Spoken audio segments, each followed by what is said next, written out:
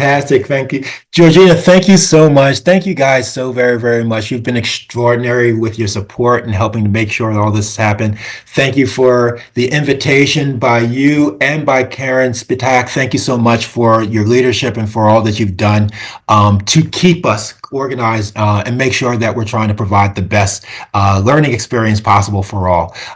Today, I'm really super excited to be able to be with you guys and to work with my teammates here, Dorothy and Dave, who I'm always thrilled to have the opportunity of collaborating with and working with. We are very, very serious about trying to make sure that we're putting together something that is something of worth and of value for you all in your time. And so we're really looking forward to the conversations that we're going to have today.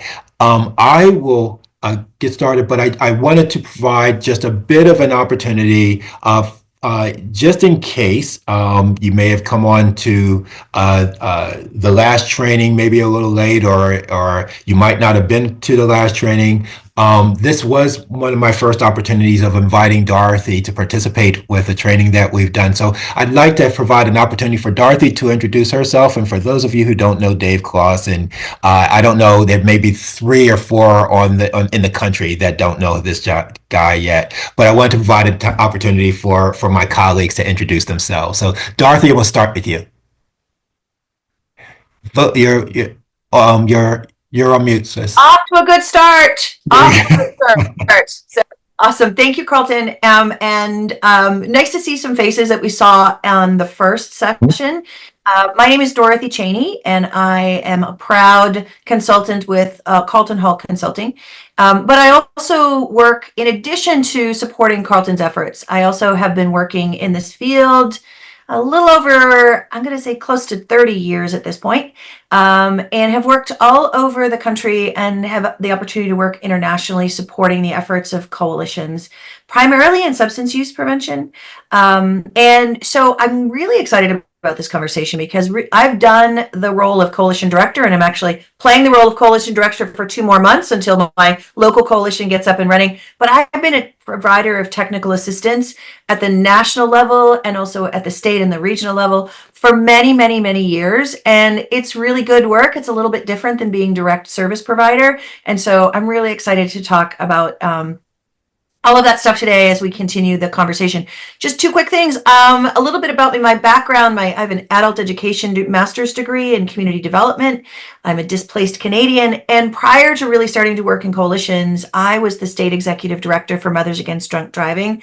So have a really long legacy of working at the community level to solve problems. And that is a snapshot about me. I am from my home office today, where I have 3 dogs and 3 cats who are getting excited about Christmas.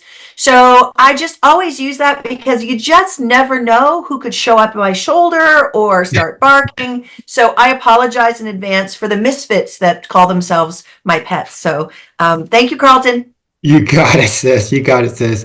And Deanne wanted to send a shout out as a fellow Wisconsinite as well. She's a Canadian that plays a Wisconsinite on video, though. Dave, it's up to you, my friend. Hello, everybody. Good to see so many familiar faces. And to those that we've just connected virtually, always great to see you again. Backstory on me, combat veteran turned police officer turned prevention professional for life. I believe most of us crossed paths in my time as the director of the Mid-America PTTC, and I'm just glad that we get to keep working together because y'all know how I roll. Prevention is absolutely better together. I'll be doing the tech support today, playing in the chat box and all that fun stuff, but yeah, I'm here and excited to be a part of the conversation with you. Absolutely, my friend, and I do believe, Abby, that Dave's shirt says exactly what he just said. It's just his logo. It's just who he is. It's just who he is. So thank you. We're going to provide some opportunity for everybody to kind of get to know each other a little bit as well, guys.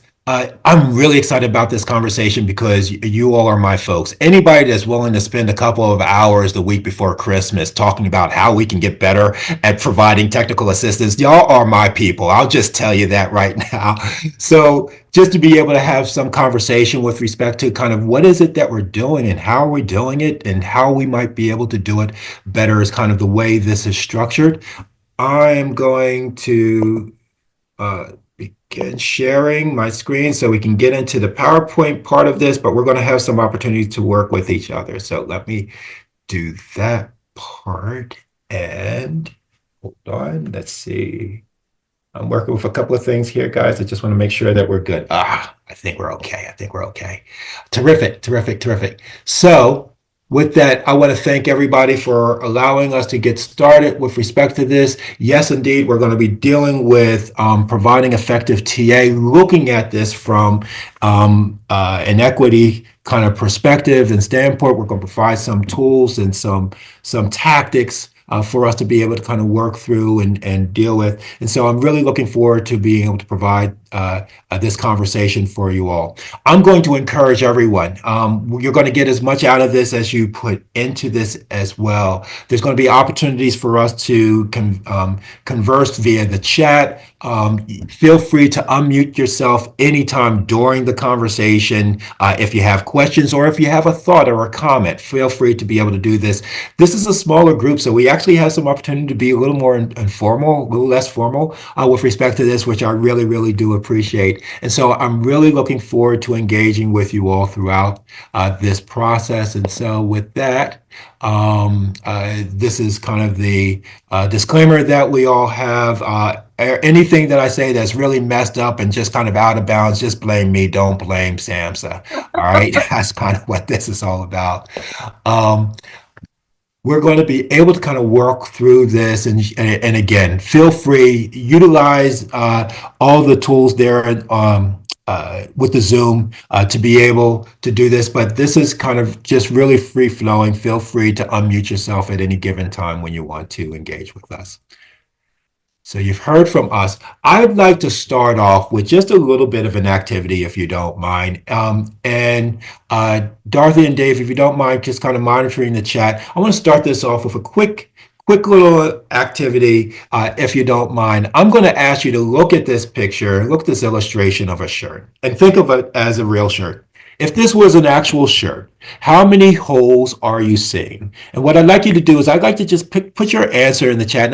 And I ask that you trust that any of these things that I ask you to do, there's going to be some point to it. So if you don't mind, go ahead and put it in the chat, what you see. And Dave and Dorothy, when you see them begin to populate, just give me see 4, a couple of 6s, a 7, a few more 6s, a couple of 8s. Got it. Very good. Thank you all. I appreciate that.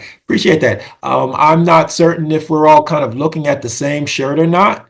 But the fact of the matter is that the answer here actually is 8 holes. If this was an actual shirt, what we'd see here is we'd have a hole here for our neck, right? And there's a hole here for our torso to go through, right down here. So that's 2. We have 2 holes here, 1 for each sleeves. That's a total of 4. And if this was an actual shirt, what we'd be seeing here is a hole in the front and a hole in the back and another hole in the front and a hole in the back, right? And so that's where 8 comes from. And okay, you guys can use that whenever you all want to. But why am I using it? What does this have to do with our work?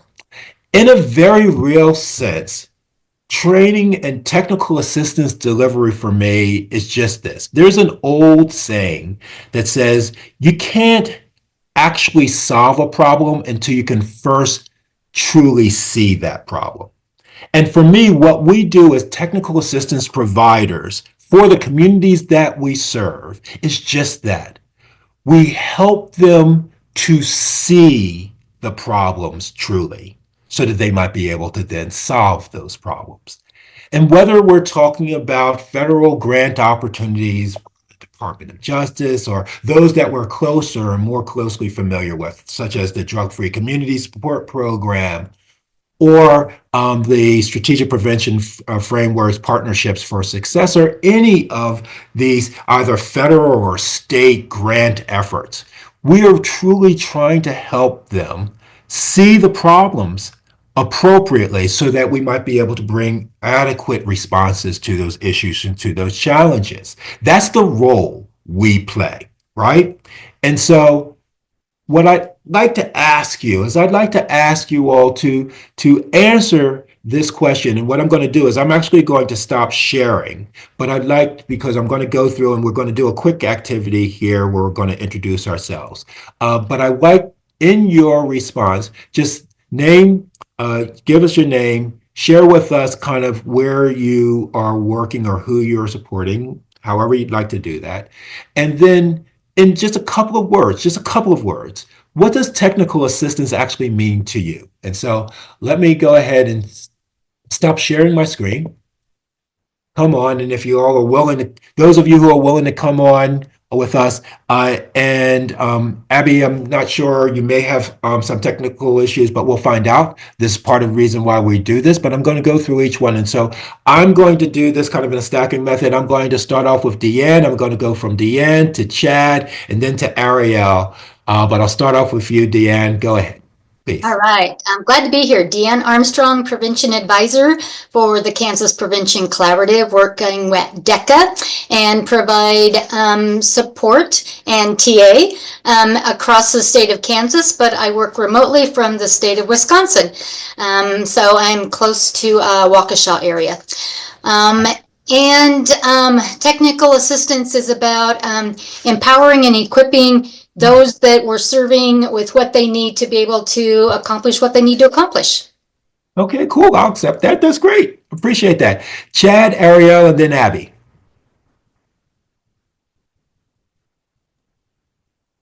Hey, good to see you all. Thank you for making my holiday season even better. Really glad to be here with you. Chad Childs, pronouns are he, him. I'm the Prevention Initiatives Manager at Wichita State University's Community Engagement Institute. And technical assistance, the thing that came to mind first was if there's something that you're trying to do and something technical a technical way to do it, then getting some support doing that technical thing is TA. So Okay. yeah. I'll accept that too. That sounds good. That sounds good. I'm just going to state publicly, and since this is being recorded, it's going to be recorded for posterity. I think Chad and Dave are two of the coolest guys I've had the privilege of working with forever. I'm just going to put that out there. Ariel, Abby, and then I'm going to go to Heather. Hi, everyone. Good afternoon. My name's Ariel Kelly. I'm a community support specialist for DECA, and I'm based out of our Lawrence office. With technical assistance, I thought of it just as providing support to others, just to address different gaps and needs. Very cool. Thank you. Thank you. Thank you. Abby, Heather, and then Stacy. Hi, I'm Abby. I work at the Wichita State University's Community Engagement Institute with Chad and Georgina and Josh and Heather. And I agree, Chad and Dave are some of the coolest people I've ever met. Technical assistance to me, I think, is just providing assistance for any skill or stuff that you need help with. Got it. Got it. Thank you so much. Thank you so much. Heather, Stacy, and then Josh. Heather Wankelfleck. I'm a prevention associate and I work with Wichita State, and I am super excited that I get to work with Stacy. No, seriously, I love the whole team. Every support person. It's great. It's been a long time in this in prevention in the state of Kansas, and I can't think if I've ever come across a person that's really as dedicated in the state. And now that we have people that are not in the state, they're still just very dedicated to prevention. Everybody's just great. It's fantastic. But I would say when I think of technical assistance, it's providing support to help and not get in the way to help. And Excellent. I have a little sticky note that I have that technical assistance doesn't mean do. And because I have to watch myself, that's a personal thing. Because sometimes when people ask me for assistance, I'm like, oh, here, Yeah. Yeah. And Yeah. that's not what technical assistance is. So Thank you so much for that, Heather. Appreciate that, and appreciate you bringing Stacy in and setting her up as well. So, Stacy, we're coming to you. Stacy, Josh, and then Mindy. That cracked me up. I'm happy to be here with all of you today. You are all rock stars. I'm Stacey Haynes. I'm a community support specialist with DECA. I'm out of our Wichita office, and I provide support to our central Kansas region. And technical support, I have always just told my communities, I'm here to support you. And it looks different with everybody because sometimes they just need a cheerleader. I can cheerlead, you know? And then sometimes they really just need someone to do the technical work with them. So it's really looking at a variety of ways that you can support them to just move them along on their journey, on their process. So it's lots of variety and diversity in how we provide technical assistance. I love that. I love that. Thank you so much, Stacy, and it's great to meet you. Josh, Mindy, and if you don't mind, I'm gonna come to you, Georgina. Hello, everyone. My name is Josh Villa. I'm the Community Engagement Coordinator for Wichita State's CEI. I work with all these great people. For technical assistance for me, I think it means getting down to the specifics. So really like honing in on what they need and not trying to bring in a whole lot of new ideas to confuse everyone, but really going down to the specifics of what they need. So if it's looking at a community that is really wanting to enhance their community, you know, give us one specific thing that we need to look at, and we'll base it off of the technicality of those things. I love that. Thanks, Josh. Appreciate seeing you again, my friend. You too. Mindy, Georgina, and you know what? I'm going to do this because I just think it's important. And we have these wonderful resources here.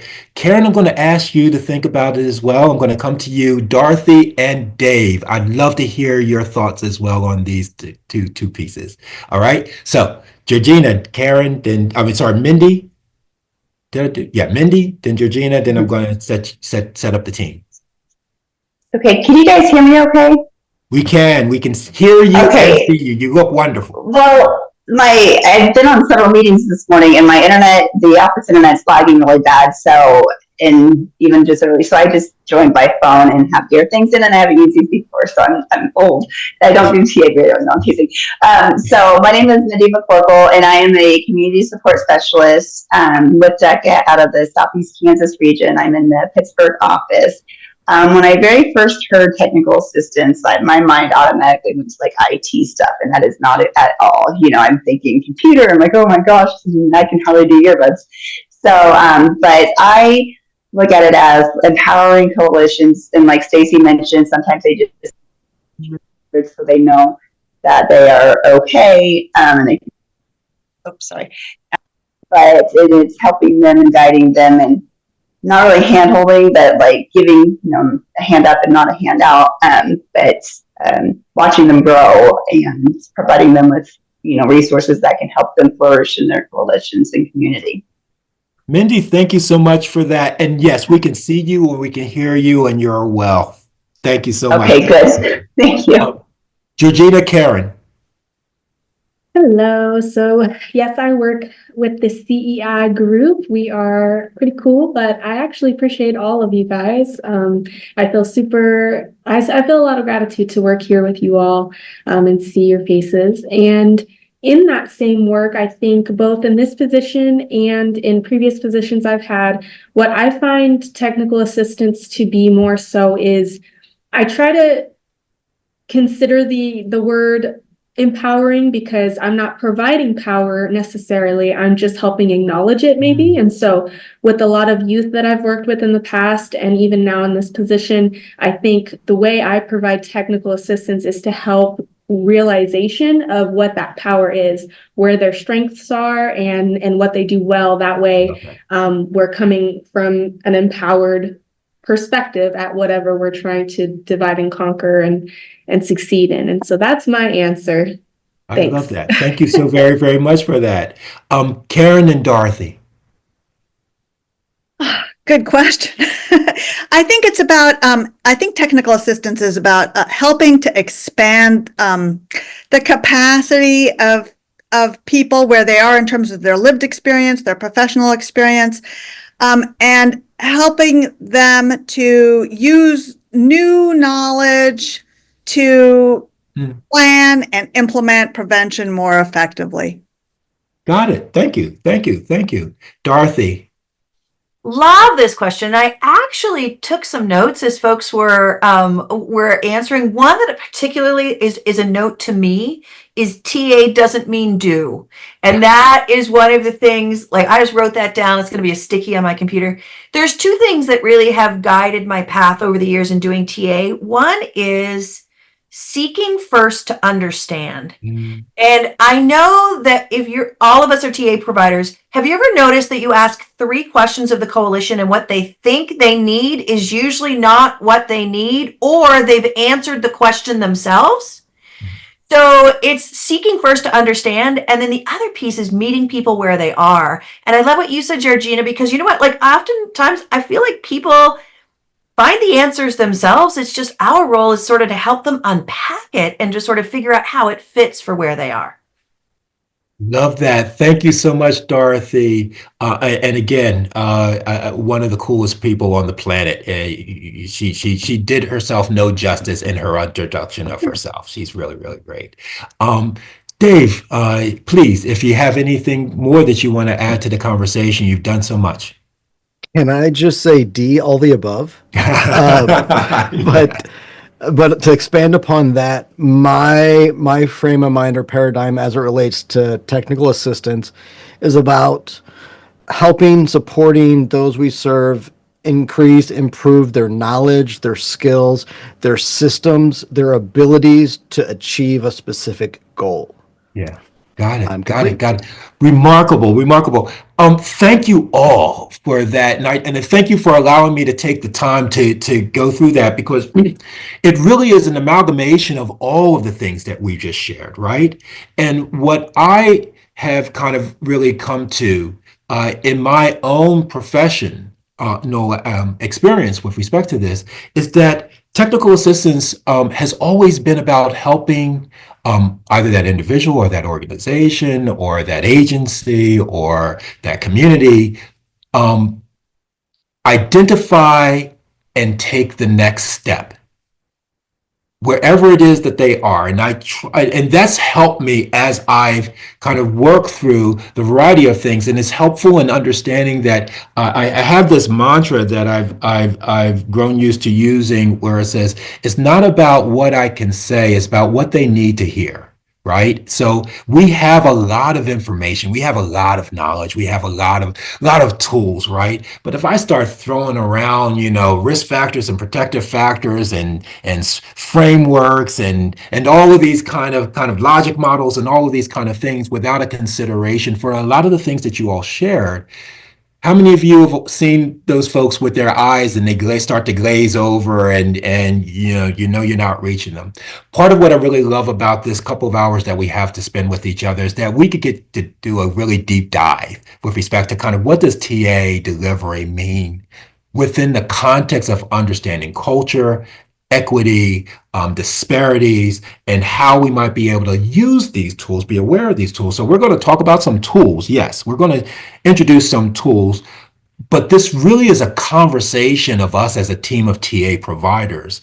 How can we think about our delivery and our utility of those tools, right? And so with that, I might need some technical assistance myself in helping to make sure that I'm able to manage the technology that I have here, but hopefully this turns out right. Look at that success. So proud of myself sometimes. So going into this, let me just provide you with a definition that SAMHSA appreciates that I think has some real value for us as well. So all the things that we shared, what we've defined technical assistance as is this collaborative and relationship-based method of support, right? And I like the term relationship-based. Many of you, I'm sure, would agree with me that, it's not a matter of what you say, it's about how you say it. It's really about do I have the opportunity of engaging with folks in a way that they would be responsive to the information, the tools that I have, right? And so I see sometimes folks get so focused on, can they get this logic model right? Or can they do this, activity right? Do they have this assessment right? When what they need is something that I heard one of you say is kind of really about kind of getting to know them, getting to understand them, finding out where they are, and then helping them from that point, right? I love this because this really is, I think of it as, TA providers as being kind of athletes with respect to our prevention field, right? And if we're athletes, here are the kind of four major food groups or the four major muscles that we are all to develop and that we are all to be feeding ourselves with, right? Yes, it's about knowledge, but it's also about how are we be able to connect with others and build that rapport with others. So it's those interpersonal skills that we have to work on consistently. Our professionalism we need to work on a consistent basis. Can folks depend upon us, right? In terms of this, why is that important? That's important because that instills trust, right? And nothing occurs. There's no transfer of knowledge. There's no transfer of information unless there's trust that's built in to those that we're engaging with. And our ability to help folks evaluate kind of what's really going on. I love what Dorothy said, her first thing to do was to ask a few questions to identify exactly what is the real problem as opposed to what the presenting problem often is, right? Our evaluative skill. I love this slide because it really breaks down for us our role as TA providers, right? And the areas of our profession that we can actively participate in building, right? In each of these kind of bucketed areas. So I want to take this opportunity to ask you all to kind of think about those four bucket areas and think about the conversation that we just had as a large group. But I want to take this into our small groups now and provide us just a little bit of opportunity, a little bit of time. What do you think is your go-to TA skill, right? I'll share mine later. What do you think is your go-to skill? And which TA skills do you think you would like to enhance and why, right? And so Dave, if you don't mind, if we can kind of split the groups up just a little bit to be able to have this conversation, we'll provide them with about 5 minutes or so just to be able to engage in the conversation. You guys have already introduced yourselves, but just kind of engage just as a way of starting to percolate some of the information, and then we're going to get down into some of the nitty-gritty of this, okay? Welcome back, everybody. Welcome back. I tried to sneak in to see some of the conversations, but then it's oh no, that looks like that might be private. Let me pull out. It's just kind of come back. Great. I am really hoping that somebody would be willing to kind of share some of the thoughts from your groups. And so we're all TA providers, we're all leaders here. If you don't mind, if I could just ask for someone just to kind of share from your group kind of something that you thought was interesting, of value, or even one of the things that you thought was of value that you might have shared with your group. So can I have somebody volunteer to do that? Josh, I see your hand, man. Thank you so much for saving me, brother. I appreciate you. You saw me going down fast. No problem. So with our team or our group, the two main ones or ones that were consecutive was facilitation and research. So two of us wanted to really expand on research, and then two of us wanted to really focus in on facilitation. I know for myself with facilitation, like I was saying, I tend to take over on things when I'm facilitating versus letting people like speak or like guiding those individuals to talk or like step up. I tend to just like take over. So I'll just like read through what I'm supposed to be reading, and then like I start talking, and then like I'm doing now, I just don't stop. I'm really good with research, and so that's why I was like, well, I don't really need help with that or like focusing in on that. It's just speaking to people and like letting someone else take over. But yeah, that was for our group. Perfect. Thank you so much, man. And thank you for your transparency with respect to all of this. This is a really, Yeah. really cool safe space for all of that. I get it. I get it. I get it. Anybody else? Can anybody else offer what was happening in your conversation or something that you thought was of interest and value?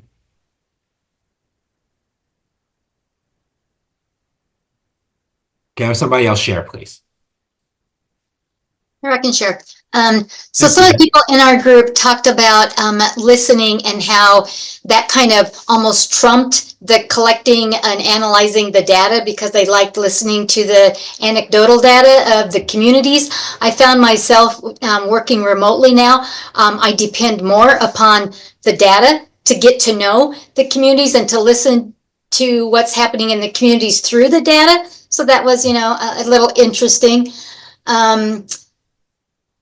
In listening, I think everybody identified listening. I identified it as my weak area that I'm always having to work on, and the others, it was their strength. But I tend to want to jump in and fix it and give the TA rather than being. I keep wrote down a lot of notes. Everything that's just kind of standing out and booming at me is being specific, listening to make sure that I'm only providing the TA for what they need and not for what I think they need.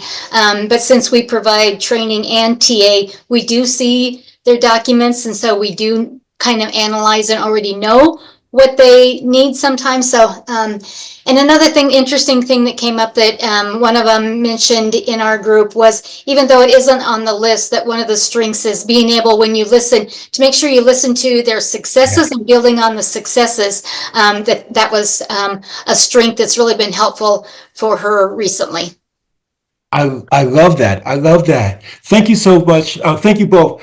Part of what it is that I'd really like to encourage you guys is to think about these questions after this session. Really, really ask yourself, what is my TA go-to skill, right? Kind of where am I really, really good? And acknowledge that. We often don't do that. And part of the value of doing that is allowing you to kind of even hone that skill even more so that you can be more effective in implementing or utilizing it, right? Acknowledging kind of your TA gift, if you will, helps you even with respect to engaging with new communities that you may have no relationship with yet, right? As well as identifying, we're really, really good at identifying kind of where we can all be better and stronger and things of that nature, right? Part of what I see as one of my go-to skills is my empathy.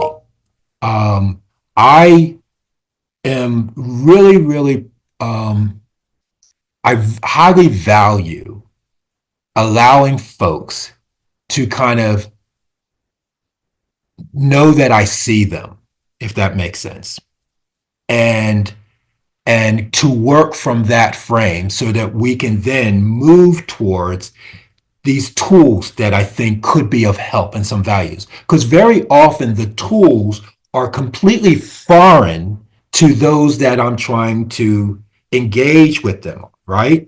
And allow for them. I'll never forget this opportunity that I had to work with the Cherokee Nation.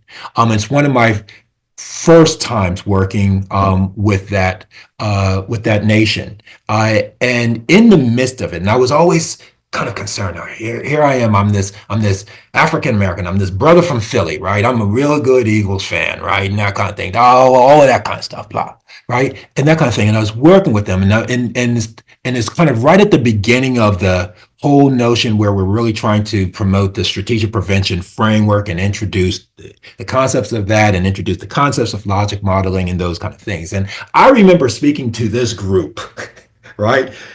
Have my PowerPoint slides up. I'm going through the whole thing. I'm doing that whole piece, right?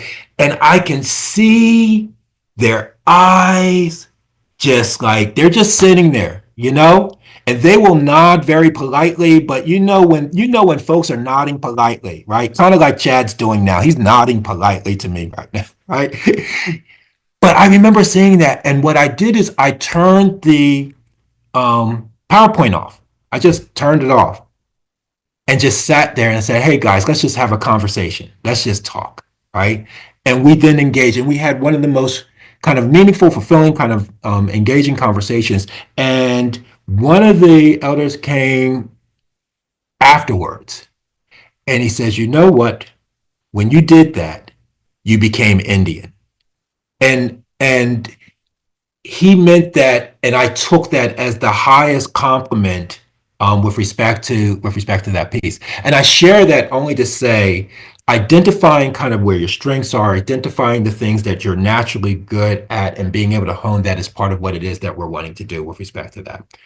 Part of what allows for us to be able to do that and to do that well is knowing kind of and getting into cultural humility. It's the reason why we're going to have the conversation on cultural humility today. And so part of what it is that I want to let you know is kind of part of what we're going to do here is we're going to go through and we're going to talk about equity. We're going to talk about their impacts on coalitions. We're going to talk about cultural humility and how to practice that and think about that. And we're going to look at ways in which we might be able to overcome some of the barriers that you might engage as you're working with communities around some of these issues.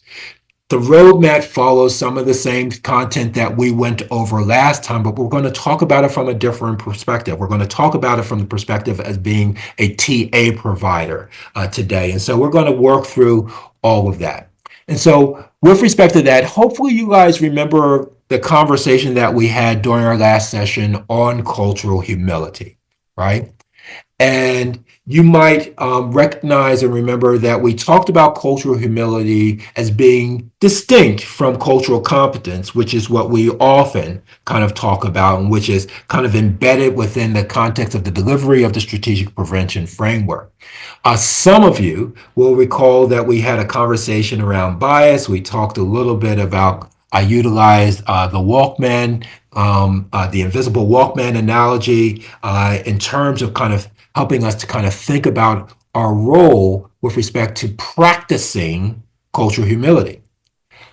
Where I want to start today is really helping us to get that cultural humility is really a framework for our ability to kind of utilize as TA providers. It is a framework for understanding. It is a framework for engagement.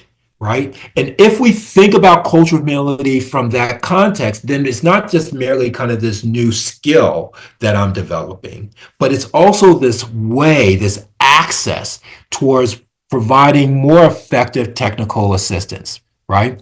It includes this ongoing process of self-examination, constantly kind of looking at ourselves and thinking about ourselves in a way so that we might be able to raise the bar. That's what I love about cultural humility. It is this tool that I have that allows me to do my work more effectively. So it's not this aspirational goal. It is this thing that I can actually develop for myself to allow me to be a better TA provider, right? It includes these key elements of lifelong learning and critical self-reflection. It includes recognizing and challenging power imbalances, right? And this institutional accountability. These three areas, these three elements for me really recognizes that good TA and are allowing us to be able to employ cultural humility requires courage. There's an aspect of courage that is involved with respect to us being more effective TA providers and utilizing cultural humility. And that being the case, kind of we're all, I think one of you said in your expression of what TA meant to you, right, is that it is something different depending on the community that we are going to be working with. It always requires us to be able to do that. So how do we develop our own skill sets around practicing cultural humility, practicing this framework that we're talking about? How do we practice cultural humility? So I'm going to share with you some key areas, some key principles that allow for us to kind of think through and work on that turns cultural humility from being this new buzzword and phrase to being something that we can be practical about in terms of developing in our own way. And so these are the seven key principles that I'd ask you to consider. And we're going to go through each one just in a bit. And I ask you to think about your own process. Think about where it is that you might be able to apply this. The first is really straightforward. Embracing openness and curiosity, right? Making sure that you're open to whomever you're going to be engaging with. Where are they coming from? Who are they? Being genuine, all right, with respect to your curiosity about that, right? Very often you have this opportunity where technical assistance requests will come into you and you'll address it and attack it from a standpoint of, okay, here are the tools that we have. I suggest to you that this principle is really saying to us, can we be open now? Can I learn who they are first, being able to engage with them? Georgina, you have a question or you have a comment, please. Just a question. Are we supposed to be seeing slides for this section, or are we still just talking? I love the fact that you asked that question. Yes, you're supposed to be seeing slides. And if you're not, hold on one second. Let me do this. And as you're talking about courage, Karen dropped in the chat, the courage part is in large part because it's hard to be vulnerable. And I feel like I need to go pull out a Brene Brown quote. I was just thinking of Brene. Yes, yep. I love it. Strength and vulnerability. Mm-hmm. Love that. You guys with me now? Let me go back then. Thank you so much. Thanks, Georgina. So again, here is the principles, the key principles that I was referencing earlier, that we're going to kind of spend just a little bit of a moment on, in terms of how we would practice cultural humility, right? The second is the self-reflection. And part of what it is that I'd like you to consider here is really looking at checking yourself kind of constantly, being intentional about it, asking yourself the question, am I making assumptions here? How many of you agree with me that we all have blind spots, right? And making sure that we're unaware of those blind spots. Consider the biases, the privileges. This is that invisible Walkman conversation that we had last time around, right? Understanding that what is kind of actually going here, that what's part of my tape playing and what's part of what's trying to be filtered through my tape playing, right? Is part of what it is that we're asked to consider, right? Being comfortable with discomfort, right? Recognizing that, if we're going to do this and do this well, right? Oftentimes we'll enter into some discomfort around this, right? It won't be so easy, right?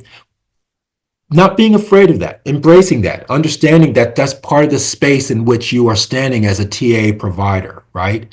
Especially when it helps to understanding kind of where folks are when they're recognizing that they may not be doing something quite to the level that is really required in order to have some real impact happening in their communities. Stay humble and not acknowledging your limitations, acknowledging that we can't possibly know all of the dynamics and all of the considerations and all the background and histories that are associated when we're working with respect to communities. Being humble, right? Providing to make sure that there's some space for our learning in terms of this. I go into every technical assistance or training endeavor with the expectation that I'm going to learn from that process and from that effort, right? Carlton, can I just add one concept to this? This is so important to me. One of my mentors, a woman by the name of Teresa Bishop, who also worked with Carlton for many, many years, she underscored this.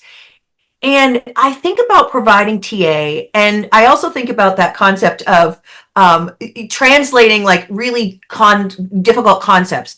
And T would say to me, don't discount the person with lived experience who may have a high school education, that is a leader in their community and has more knowledge in their little finger than you got in your whole degree. Yeah. And so when I think about, and it changed my world, because when that was top of mind and I came into thinking about how do I go into this exchange to learn as opposed to impart knowledge as a TA provider, that's where the learning became so rich and sort of two-way learning. So I love this. And thank you for letting me contribute that. I love that you did, and yeah, T was a masterful with respect to her ability to engage others, and bring that to the forefront. So absolutely. A commitment to equity and social justice is part of this, recognizing power dynamics. This is that courage conversation that I was sharing earlier that we have to have for part of our approach towards addressing these. Making sure that we are looking at empathizing. I shared with you my Cherokee Nation example of that. I'm sure you have your own, but making sure that we are doing what it is that we need to do. What Dorothy just mentioned, right? Making sure that we are open to learning from and treating everyone with the value that they are deserving of, ensuring that we are providing that in the context of the technical assistance that we're offering. And just making sure that we are prepared to consistently and constantly evolve through this process. And so I want to just kind of go through these kind of key principles and practices to underscore the fact that this cultural humility framework that we are discussing is something that can actually be deliberately worked on, deliberately addressed in ways that we can enhance our capacity to be able to do these things, right? It's not that you either have cultural humility or you don't have cultural humility. It's how can we develop our own space and expand our own opportunities to express cultural humility in a way that is much more effective with respect to those that we're trying to serve. And so with that, what I want to do is I want to take a quick opportunity to provide you all with just a bit of practice with respect to this. And each of you should have a case study, a very, very brief case study. It's a short paragraph that we're asking you to read, but then to ask and talk through these discussion questions. How does cultural humility relate to addressing health equity in this scenario? What are some specific examples of how cultural humility can be applied to this situation? How can the coalition incorporate health equity principles into these strategies and interventions, and what are the potential benefits of addressing both cultural humility and health equity, right? And so I ask you all to kind of consider this, and here's what I want to do, kind of in the interest of what it is that we're all trying to do here. I'm going to read through, and forgive my reading, this is the only time I'm going to read a slide to you. I'm going to read through the scenario, and I'm going to bring us all together, and we're going to kind of do this kind of as a full group. We have a small enough group here to be able to allow for this, right? But here, the opioid epidemic in a diverse community. A coalition is working to address the opioid crisis. The group has identified that overdose rates are significantly higher among Black, Indigenous, and Latinx populations. Barriers such as distrust of healthcare system, stigma, and the lack of culturally appropriate services have been identified as contributing factors. As we're considering this, I want to bring this and open this up to you all. How does cultural humility relate to addressing health equity in this scenario? What do you think about that? Anybody has some thoughts? Dave has also put this in the handout in this, but I'm looking for you to kind of raise your hand and offer this. The first question, how does cultural humility relate to addressing health equity in this scenario? What are your thoughts?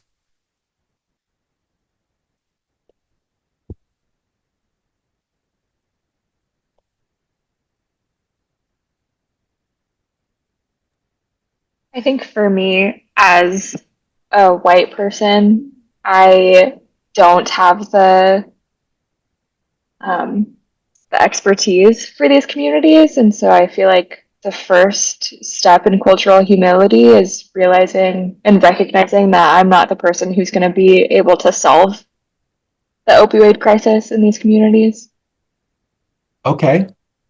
That's great. That's a great start for the conversation. Anybody else have additional wants to add to that? Thanks for getting us started, Abby. I think being cultural humility and working with my experience working with tribal communities when I tried to be cultural competent and realized I never could be competent enough, I needed to really remain curious. I needed to ask the curious questions. I needed to take this back to them and say, you know, why? Why is this? Why are these barriers here? So I think curiosity is a big question there, and it sometimes it takes a while to build that trust so that they will open up to you and have that conversation. Love that. Love that. Love that. Love that. And how many of you agree with me that sometimes we'll come, and it's definitely a culture that it's not our culture, it's not our background, it's not our upbringing, right? But yet and still, we still have the charge of helping and supporting that community, right? And so, do we have the ability to help that community, even though I might not be from that community or a part of that community? If so, tell me, how does cultural humility help us to be able to do that? I love what Deanne said, but somebody please add to that.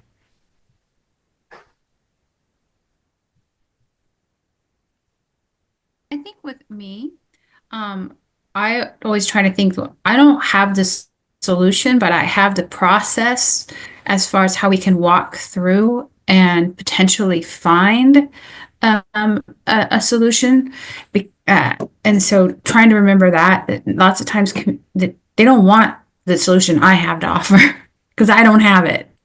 So, but I can help them as a community and as those populations, they are the ones that are going to be able to best identify what needs to be worked on or what needs to be addressed or even recognized, because maybe they too don't recognize because it's just something they've lived with their whole lives and this is just their norm. And where if it happened to me, I'd be like, whoa, this isn't right. Whereas they don't see that as it's not something that's not right. Beautiful. So I don't think I personally, I wouldn't think I could have any answers, but I would have facilitation ability. Beautiful, beautiful, beautiful. I plant this seed with all of you. I would suggest that there are some knowledge and skills and tools that you do have that could be helpful. And part of what it is that is your role is having that confidence that you do have something to offer. But I love what Deanne said, which is she approached it with curiosity first. And you lean in from curiosity first. And so I think that if we go into a situation and feel like we don't have solutions for a community, we may be limiting our own ability and the opportunities that we might be able to have. But looking first to be able to first understand and being able to then find the opportunity of building and developing that relationship, building that rapport, providing that opportunity for them to be able to hear what it is that we have to say and maybe translate it on for themselves, right? How would they take our logic model and translate it in a way that their communities can understand, right? Facilitation and translation is a part of what the role is for us. Excellent. Anybody else have any additional thoughts with respect to this? I really wanted to kind of do this in an open full room opportunity. Any other opportunities here?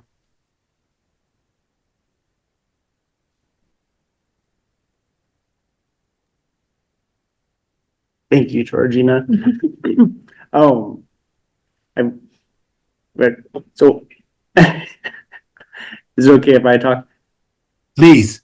Okay, so I think like kind of coupling what Abby and Deanne had said is I think like with Abby, I might recognize that I might not be the person up front to address it. So I probably would want to partner with someone from the communities that have been identified at higher risk and partner with them and see what direction they'd like to go with facilitating a conversation about it.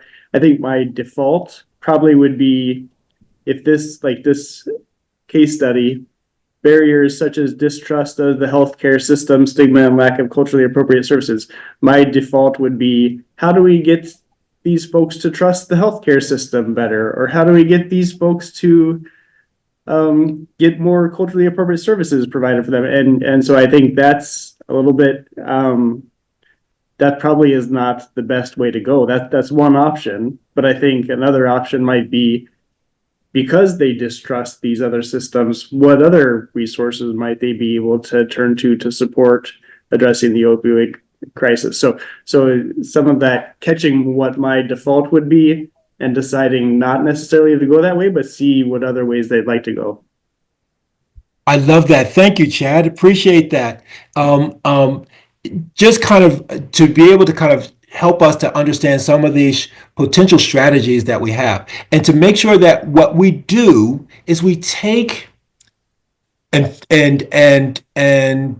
push ourselves to move beyond kind of generalizations and to very practical and pragmatic approaches and strategies that we can implement with respect to these situations. Number one, you can engage community members. Understand that you don't have to provide all the answers yourself. Engage and partner with local organizations, cultural groups, right? You don't have to be the one that understands everything about their culture, because you won't understand everything about their culture. But if you show the willingness to partner with them, that allows the opportunity access for you to be able to engage them in a very meaningful way. Provide culturally appropriate services. Ensure that you are doing things and dealing with things, utilizing the considerations of what language is necessary, of what cultural practices are necessary. I'd ask you a question: how would we understand and how would we be able to know and determine what would be a culturally appropriate service? How will we find that out if we don't know the culture? We ask. Thank you very much, Deanne. That's all I'm looking for. We're going to keep this bad boy simple, right? Really, it really is about that. So we don't have to worry if we don't come from a certain background, or reflect a certain background, or look like a certain background, or even engage in a certain way, right? We are open and we ask. Excellent, excellent, excellent.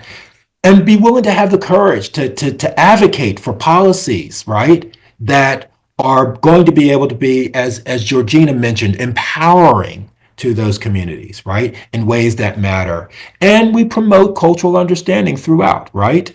Those are 4 very practical strategies that we can add to our list of things that we might be able to do, so that we don't have to throw our hands up and say, hey, well, I'm not sure how I can approach this, right? I don't know these folks. I've never been with these folks. I remember being in a certain community in New York that is primarily consistent of the Hasidic Jewish population, and working with that community and coming into that community. If you want to talk about some specific practices and cultural practices, and being aware of specific kind of ways in which approaching, right? I had to ask. I had to be open, and folks understand it, and they know that. And as long as you're authentic in your curiosity, as long as you're authentic in your approach and your willingness to be culturally humble with respect to that, it tends to resonate with folks. And so with that, I just want to say thank you all for allowing us to kind of go through that. We start off with cultural humility as being one of our primary vehicles and tools for being able to do this work better. I'm going to pass the baton right now to Dorothy, who's then going to take us into how to apply this to all the various aspects of the work that we're doing. And so with that, Dorothy, take over the screen.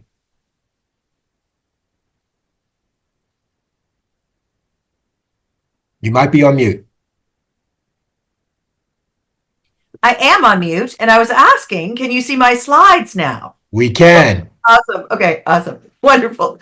So I have to just say, I feel like I feel a little indulgent because this is probably one of my favorite conversations that I've had in all of 2024 as a TA provider. One of the things that's been screaming in my head as I've been going through it so far today is A, I wish I were a participant, not an instructor, and B, I'm both, and B, how often do we give ourselves the opportunity to step outside of our role and just figure out, like, how do we get better? How do we, what drives us?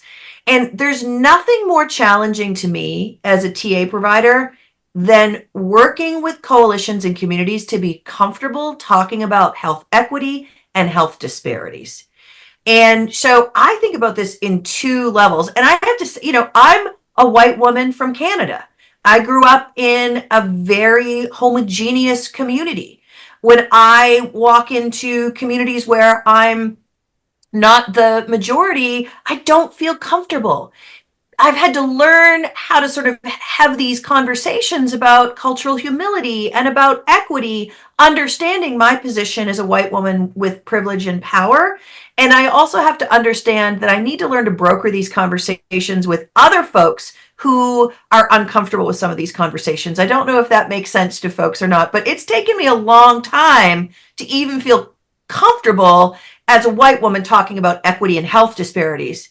And so as I think about this, I just think this has been really good for me as we round out 2024. So let's dive in a little bit further. Let's talk about how we can work on this. So let's talk about that definition of health disparity. So what we know is that health disparities are differences in health outcomes.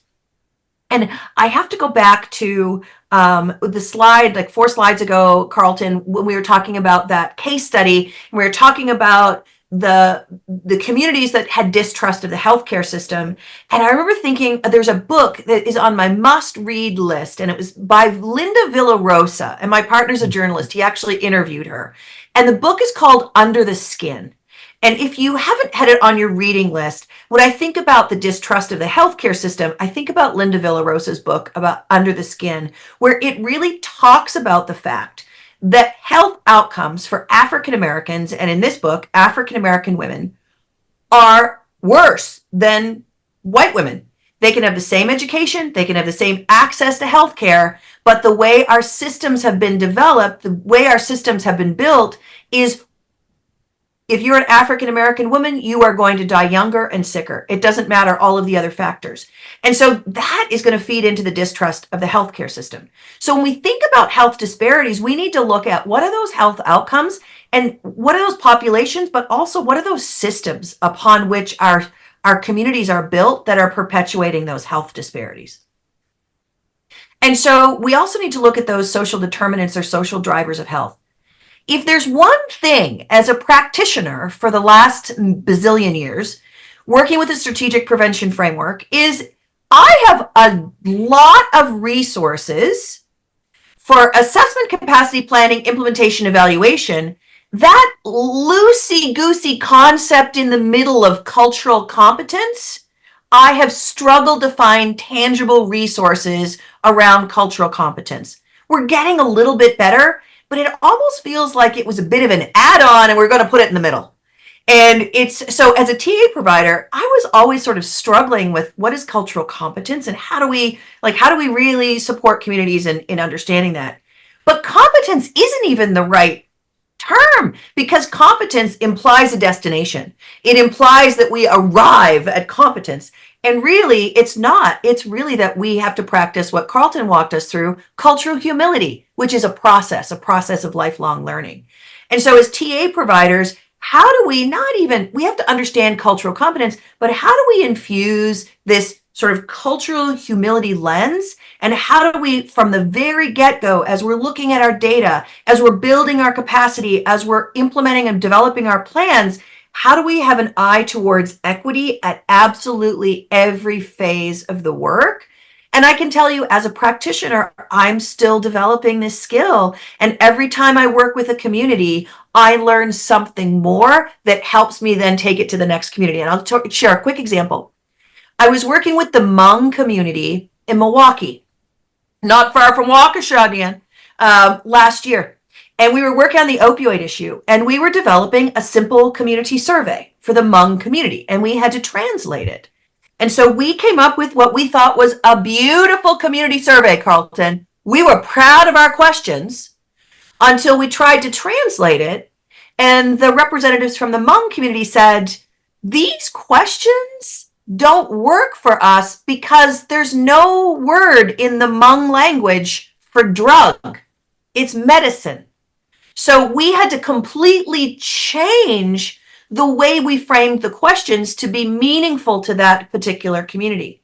So when I think about how do we build equity into every step of the strategic prevention framework, I think about assessment. How do I ask the questions of the community so that we're not coming in and telling them about, but how do we sort of seek first to understand so that as we're supporting them and doing the assessment, we're understanding the languages that is meaningful to them and how it is infused into their cultures. And so we need to look at that through every step of the strategic prevention framework. I love this slide, and as a TA provider, so funny. Carlton didn't ask me, but I'm going to answer it. Which one of those skills, see when I said I wanted to be a participant, which one of those TA skills was I the most strong, and which one? The one I think that I've honed in on, again, I'm old as dirt, I've been around for a while, is taking difficult concepts and trying to translate them so that people don't have to have an MPH to understand how to solve a problem in their community. And so I love graphics like this because it's, as a TA, I don't know, tell me if you guys use graphics like this as you're trying to translate these really difficult concepts.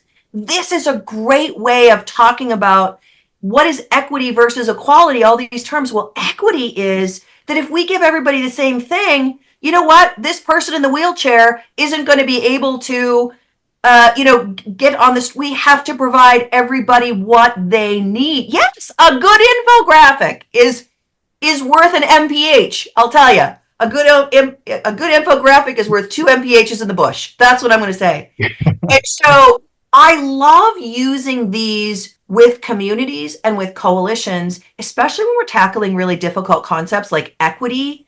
And I cannot emphasize enough that sometimes in some communities, this becomes kind of political. Like, are we trying to, just be politically correct? And so it's really important for us to be able to find ways of saying this is not a concept that's got a political construct to it.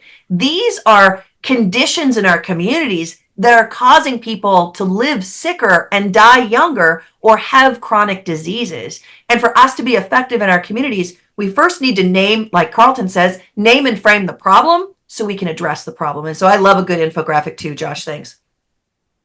So as we're going through these health disparities, we need to think about what are those populations that we need to engage, and then how do we develop strategies to address any data gaps? Because here's the thing, there's not a lot of really good community surveys out there that are getting to some of these issues. We really need to rely on qualitative data and really understand the power of story, especially Dave Closson is an expert in understanding the power of story when we're thinking about how do we really identify and then systematically reduce those health disparities in the community. I'm going to go, I don't know why.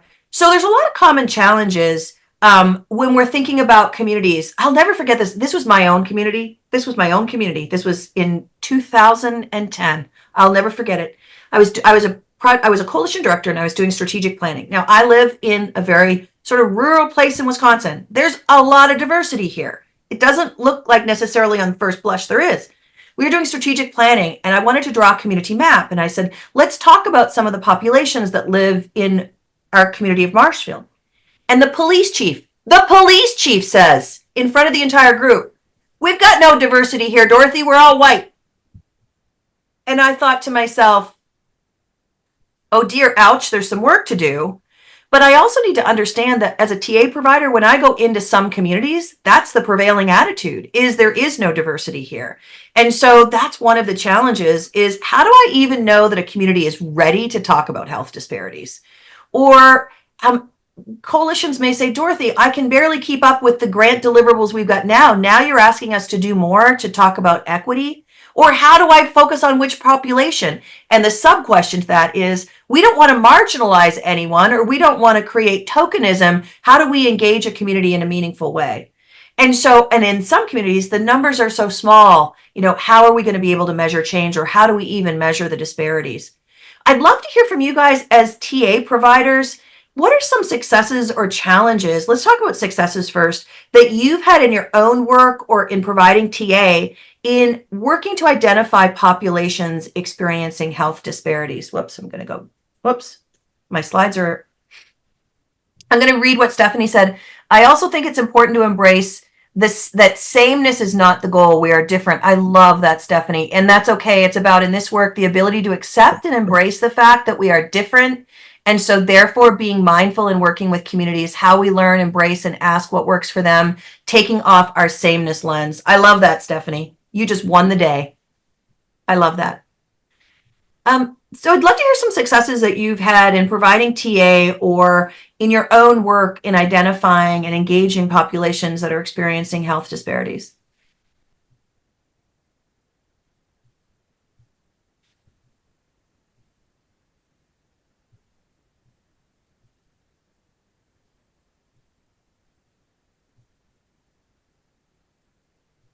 Dorothy, what's the ask?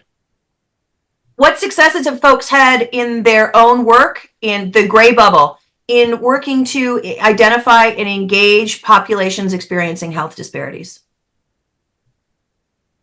And this is not to call out folks or anything of that nature, but if we use a Frisbee method or kind of reach out to, is because we want to facilitate the conversation and dialogue. So if we guys are open for that, I know sometimes we kind of sit back and wait for others to kind of say something.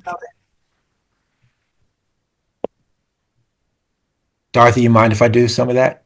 Please do. Yeah. Stacy, can I come to you first? Sitting here struggling with this question, and you're like, That's part of the struggle. That's part of it. That's part of and it. maybe, I mean, I have challenges with supporting in the conversation because I still have a comfort level that's not quite there yet. So I really resonated with Dorothy sharing, being vulnerable and sharing that, because I feel that way. Moving from the questions a little bit, I used to work in the Southeast Kansas region of the state, which was very much looked like me, and looked like the family I grew up in. And then I came over here to work in Sedgwick County, and it looks different and it feels different. And it's a different environment. And so my challenge has been like just my comfort level of being okay with being curious and asking questions and knowing that that's okay and that they're not going to be offended if I'm curious and ask those questions, trying to dig deeper. Because I've worked in prevention for a long time as well, but I've always kind of worked in the populations that look like me and talk like me and think like me. And so I'm very challenged in a good way in my newer role to really be comfortable asking those questions and helping my communities understand that. I love that. As a TA provider. Stacy, so that's my vulnerable piece of the day. It is the end of 2024. We are coming into it. We are on the home ramp in a vulnerability lens. I love that though, because it's tough, isn't it? It's been difficult for me as a TA provider, and I'm seeing the other. It's difficult for us to have these conversations or to go into that space. Can I share a quick story? Josh, I have shared the story of our first session at least 5 times since our first session. When we developed that self-assessment of cultural humility, you know where I'm going, Carlton. And Josh, what did you say? What did you say? What did you say? Do you remember your response? Josh, basically, you said, this ain't it. You said, this ain't it? I don't remember exactly what I said. I know I said something. You said it very, very professionally. Beautifully. And you schooled me because I wrote that survey, Stacy, from my position, right? ...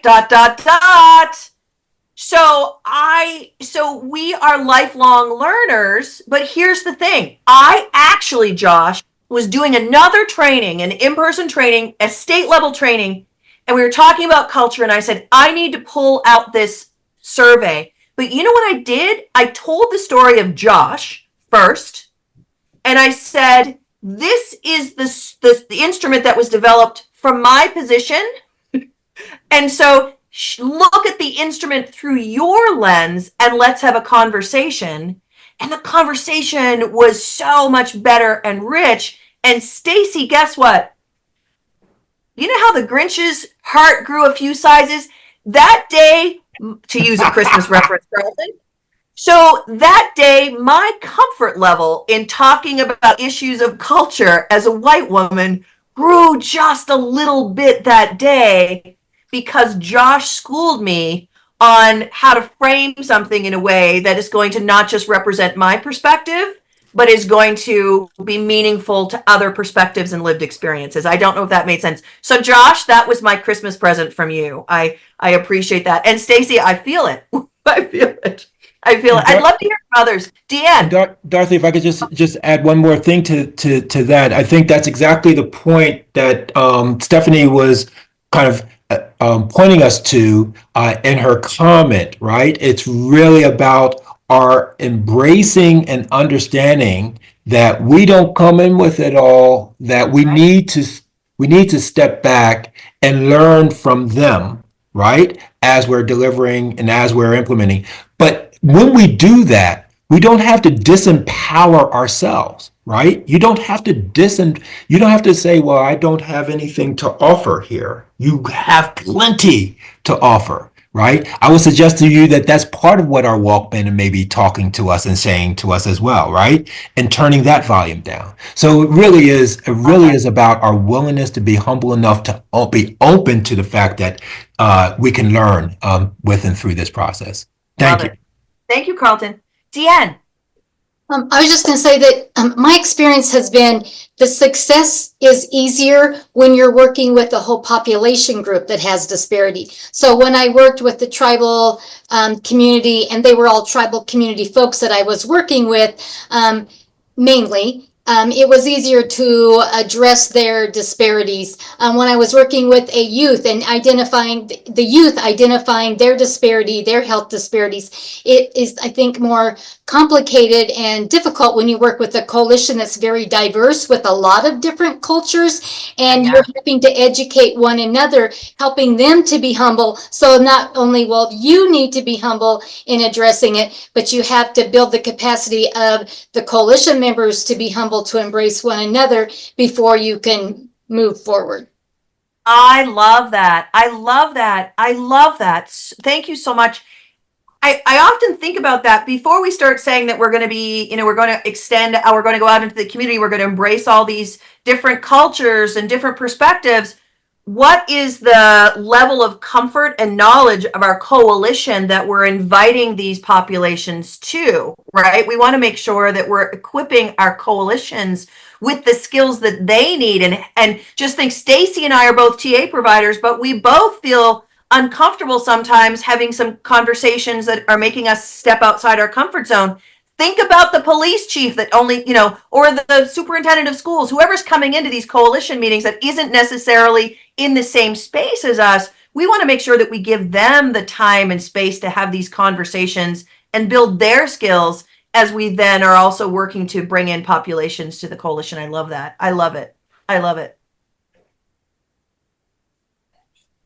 So let's think about how we develop a plan to reduce health disparities. And this is where it's going to come back to the data, right? Is that, looking at the data by race, by gender, by the socioeconomic status. So when I think about this, I think of, if we're looking at the county level, looking at those Robert Wood Johnson county health rankings, because you get a lot of the social drivers or the social determinants of health data at the county level. And they are going to give us some data, but they're just going to tell us a little bit. We're going to have to sort of understand what's the story behind the data. And so let's spend a little bit of time talking about that. This is one of my favorite ways of brokering conversations, about health disparities is oftentimes we think about health disparities and we think about race, and then we start to feel, well, I'm not comfortable. I'm coming from a position of white privilege and power. How can I have a conversation about race? But disparities are not just race-based, right? And so one of my favorite activities to walk through with coalitions is to have the coalitions draw their community map. Draw their community map, whether or not they be rural, whether or not they be urban, whether or not they be suburban, because guess what? One of the most compelling health disparities that we see in pretty much every community is geography based. And it's a great way to sort of start that conversation about, like, if we draw our community map, gosh, look at that. There's this whole population of people in the north end of the county, but there's no public transportation. And all the after school programs are down here. Boom. We've just uncovered a health disparity.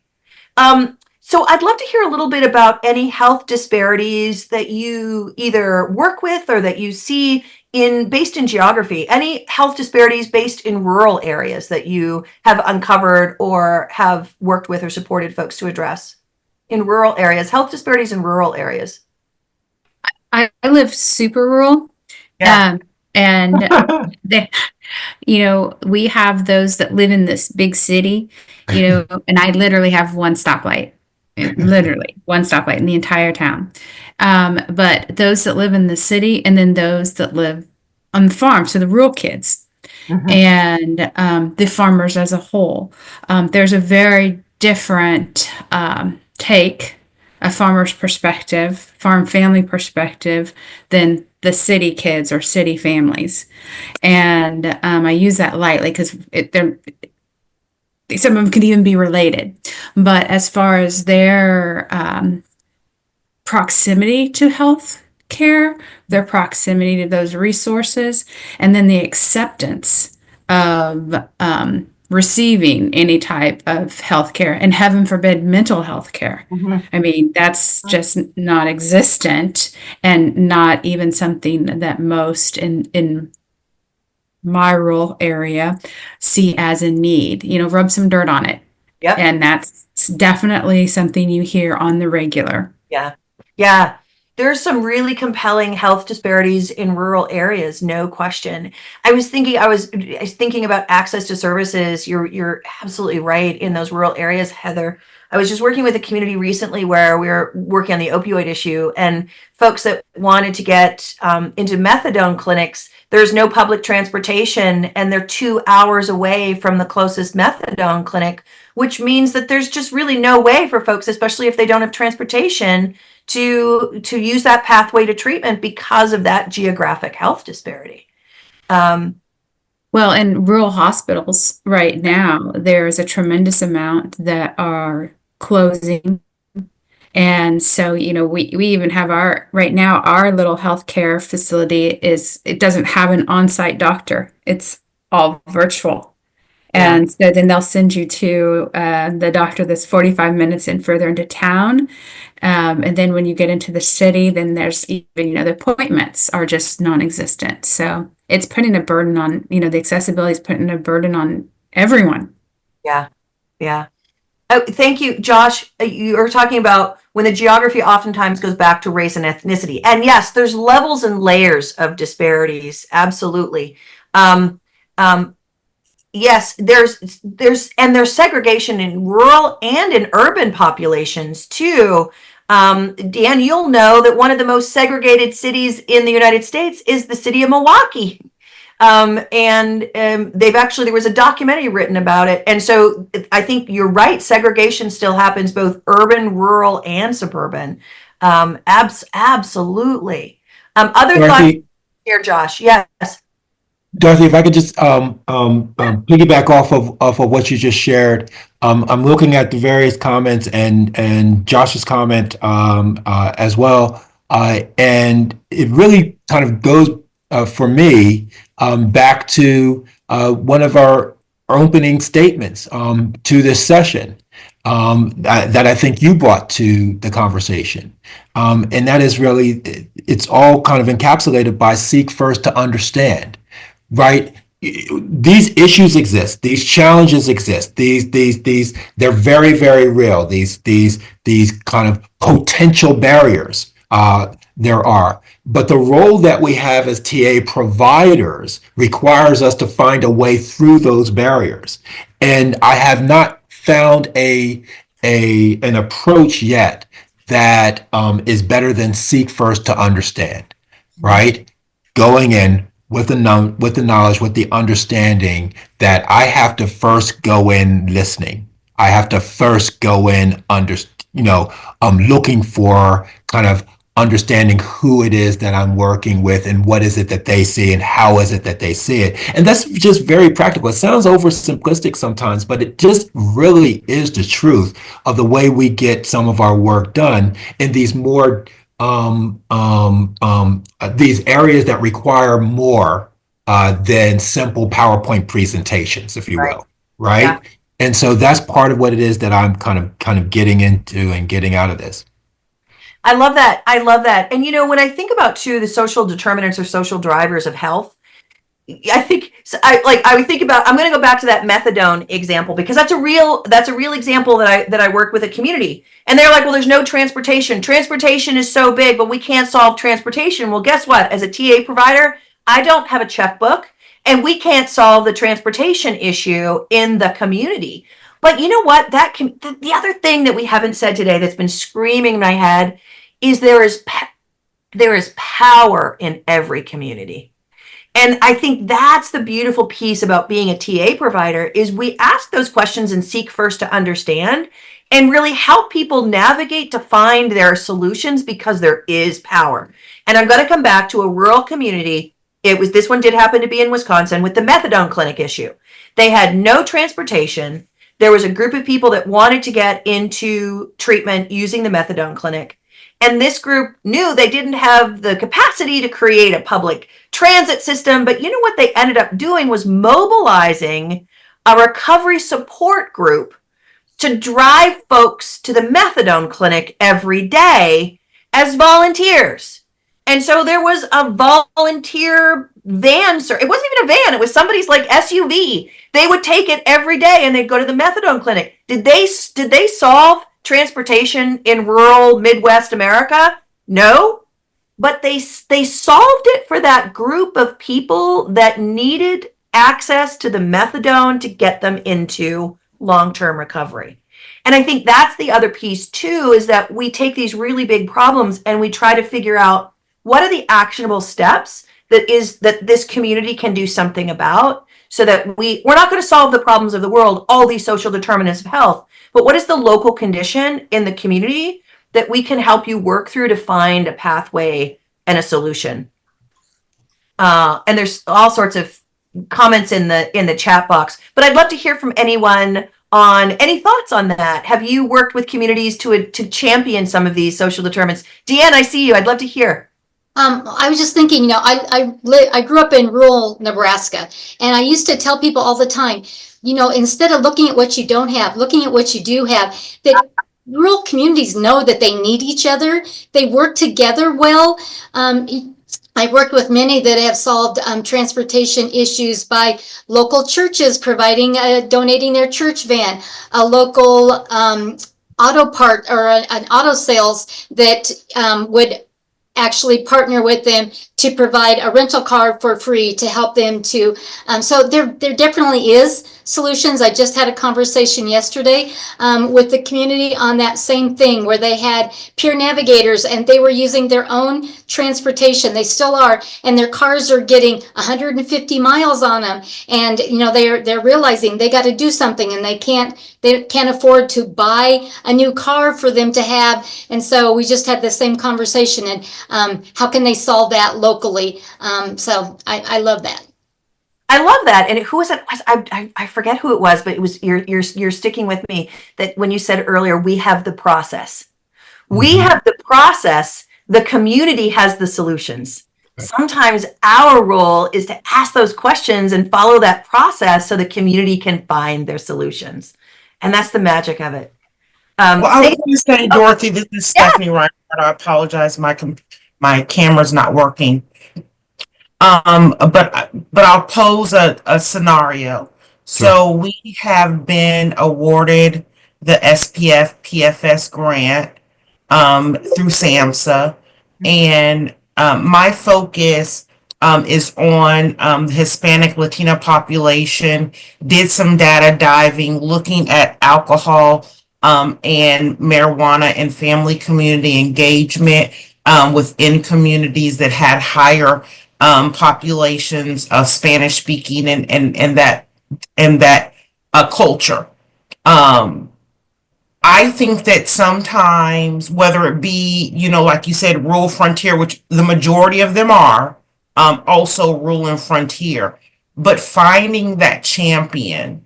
And so from a TA perspective, that's where our challenge is, because I can sit here at my desk and propose this because I see the gap, but I'm wearily optimistic because I don't have a champion. I don't have anyone that I can call and from that community. And so that's where our challenges are. Dorothy went past that challenge slide, and I was waiting to raise my hand for that one. Because that's our challenge, is that in these communities that are underserved, we lack I feel like we lack the ability to find a champion to come in, because like Stacy was saying, and I respect what she says, I can't go in that community. Stacy may not be able to go in that community. Deanne may not be able to go into that community and engage that champion. And I think that you need champions in those communities that are underserved, underrepresented, that we have not worked with, so that we can build an infrastructure of partnership and relationship that we're lacking. Right. I'm amen. And the other thing I was thinking as you were saying it, Stephanie, those communities don't care about your work plan. True, you said it, not me. True, but you said it, not me. And from a state perspective, definitely not. From a state personnel, definitely not. You said it, not me, but it's true. I often wonder, though, if there is kind of the acknowledgement of all this, right? And sometimes we start off. We started off this session today, Stephanie, with an illustration of a shirt with some holes, just with the analogy being part of what our role is you can't solve a problem until you can first truly identify and see that problem, right?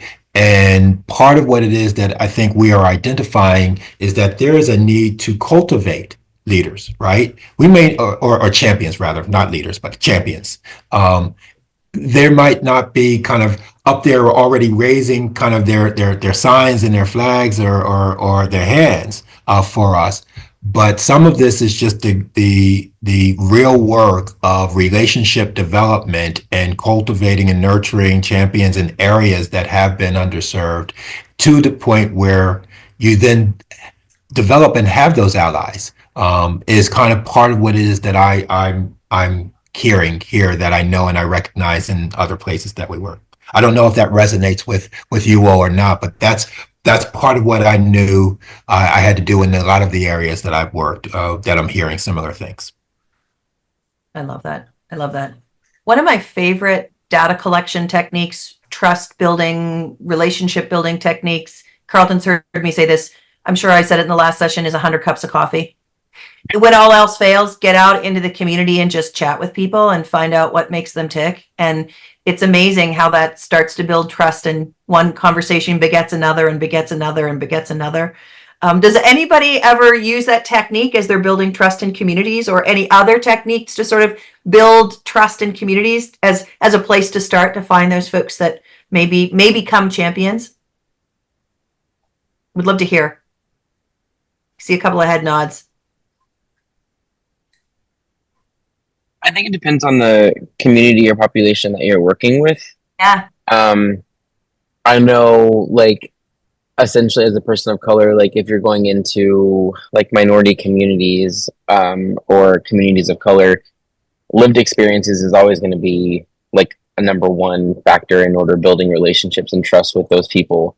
And I say those people very openly, so please don't take that any personal way. I mean, working with like Hispanic communities, the individuals sharing any kind of lived experience that they can relate to you builds trust 100%. It's something that you can connect on, you can discuss, you can talk about.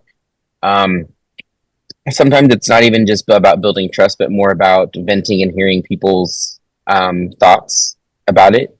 It really goes back to meeting people where they are, essentially. So you're not trying to improve or fix them rather than fix the system that was not always built for them. Right. So essentially, I think that's where I really dive in the most, is sharing my lived experiences with someone and then just listening to theirs. I love it. Brilliant. Brilliant. Thank you, Josh, for sharing. Deanne said, attending their events, meetings, opportunities, share that you I love that. Share that you care before they will care about what you know or have to offer. I love that. I love that.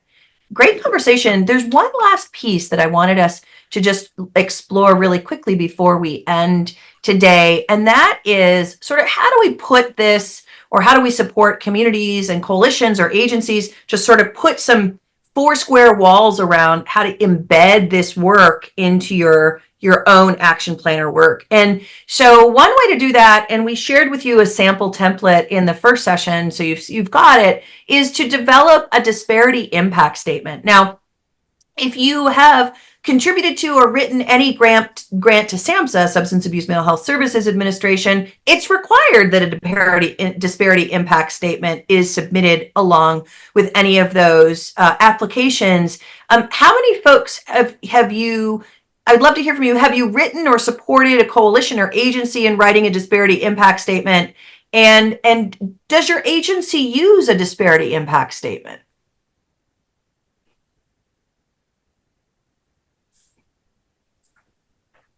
As you said, Dorothy, for KDADs and our discretionary grants, it's required. So we have to write one. Yeah, so we do.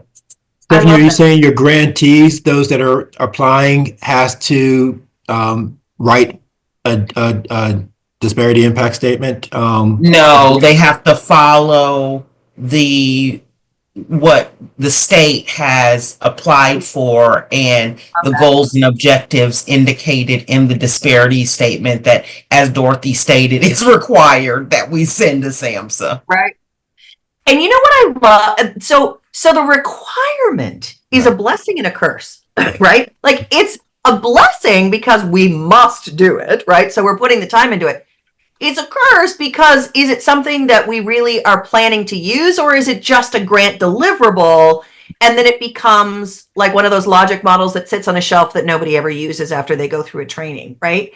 And so, like, what I've started to really support coalitions and communities to do is to take that, especially if they're a local PFS grantee, for example, they've got that disparity impact statement. I'll say, how do you turn that into a SMART objective, into your strategic and action plan? So it's not just a statement, but it's an action objective in the work that you're doing. And I think as TA providers, we have an opportunity to really have this conversation with coalitions. We've talked about so much. We want people to look at being lifelong learners and understand to look through a lens of cultural humility and understand that it needs to be embedded into the SPIF, but we also want to give people the tools to actually implement it in their day-to-day work. And I think that there's no better way to do that than through exploring doing a disparity impact statement that's embedded right into your coalition or your community's work, because it helps you align the disparities with the data. And we want to have data. We want to be able to make sure that we've got baseline so we can measure against it, so we know what that picture looks like in our community. And it may be qualitative data because we may not be able to get to some of this information in a survey. But yeah, like we may want to do an objective related to a subpopulation that's using the identified substance at a higher rate. Absolutely. And that we can identify that. So we know that that's the problem, but we don't know the context behind the problem, right? Like we don't know all of the factors and the disparities that are going into that problem. Documenting that in a disparity impact statement, that sort of gives us the marching orders to really focus on understanding the whys behind the whats. And so we shared with you this sample template for a disparity impact statement. Now, we just gave it to you as a template, but make it your own. And I would recommend, if you have not practiced using this tool, then there's an opportunity, but also as you are informing your practice and providing support and TA to agencies and organizations and coalitions, that this may be a conversation that would be valuable in having about how do we not only understand the issues of cultural humility and health disparities moving towards health equity, but how do we put it into a plan of action in the form of a disparity impact statement that can help support and drive the work of the community.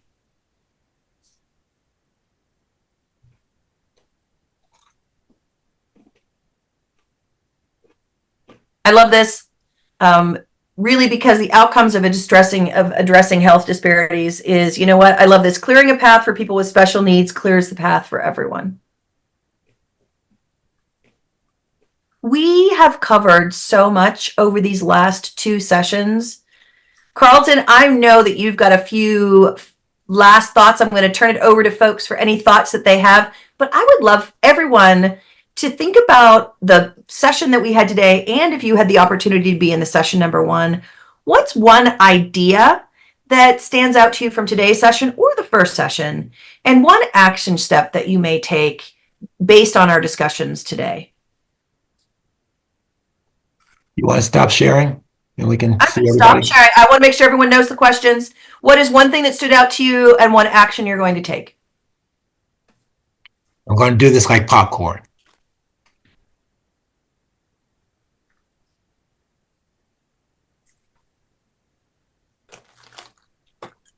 I love that. Stacy's practice and get more comfortable with asking questions and being curious with my communities. I love that. Seek first to understand. Thank you, Josh.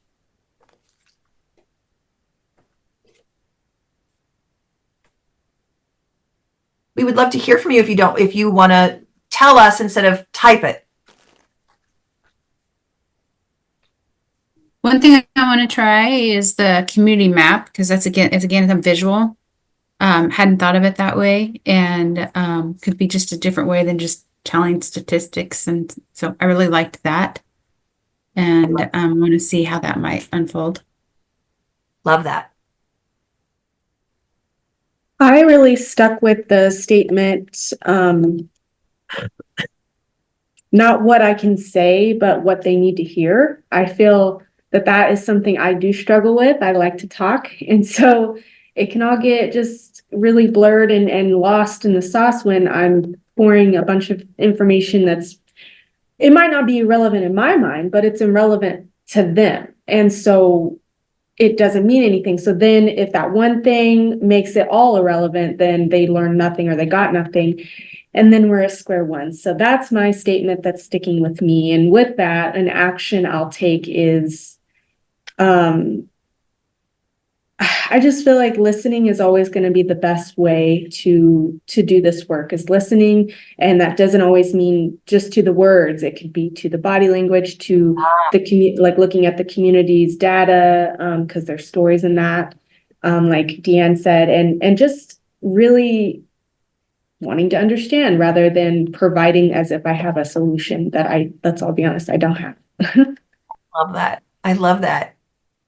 I love these. I love this. Thank you for sharing. And I love all these comments too. Ariel says, I live this. Get more familiar with being uncomfortable. I love that. Don't forget the stories. Empower others to recognize barriers and help them remove those barriers. I love that. both immense curiosity and immense vulnerability. Oh, are keys to cultural humility. Oh, that's brilliant. And therefore to building trust and expanding my own capacity as a TA. Well, that is good, Karen. Right. I'm not sorry. I'm taking I'm gonna grab that one. I just took a little screenshot of that. Yeah. Dorothy Chaney just said that, or she'll say that at the next training. I'll give you credit. Josh said lean into discomfort. With that, I just want to thank, I'm going to turn it back over to Carlton, but I just want to thank you for the opportunity to have these two conversations. In true lifelong learning fashion, I learned as much as I shared, if not more than I shared. And so thank you for the opportunity for this. And with that, I'm going to turn it over to the master of all things, Carlton. Yeah, I'm not going to belabor this. I love our field. And I love the fact that we get to work in this field and help do this better. I know that I'm a better TA provider this week than I was last week, or than I was last year, or than I was last a decade ago. We're getting better at this, and to have this couple of hours to be able to spend with folks that are wanting to get better at it with me is phenomenal. And so it was a really, really cool gift. Karen, thank you so much for extending the opportunity and the invitation. Georgina, Chad, thank you all for all the work and all the organizing and all the support with respect to it. Stephanie, thank you for your leadership there at the state. A lot of this happens, because the culture and the tone is one that is very authentic about wanting to make these issues important and the like, and that requires courage and it requires strength. And I'm just appreciative that we're in the same field together and that I get a chance to kind of work with folks like you. And so thank you all for who you all have chosen to be. I've learned during the session, Dorothy, you are amazing. My sister, I appreciate you. And Dave, my partner and my friend, thank you for everything. Happy holidays to you all. God bless you all. And with that, Georgina, I turn it right back over to you. Yeah, I just want to say happy holidays. I'll send an email out here shortly with all the documents and slides and everything available. This was recorded, so if you need to go back, that'll be available soon. Not quite yet, but the link will be in that email as well. And so, thank you so much and be safe. And I hope to see you all soon again. Take care, everybody.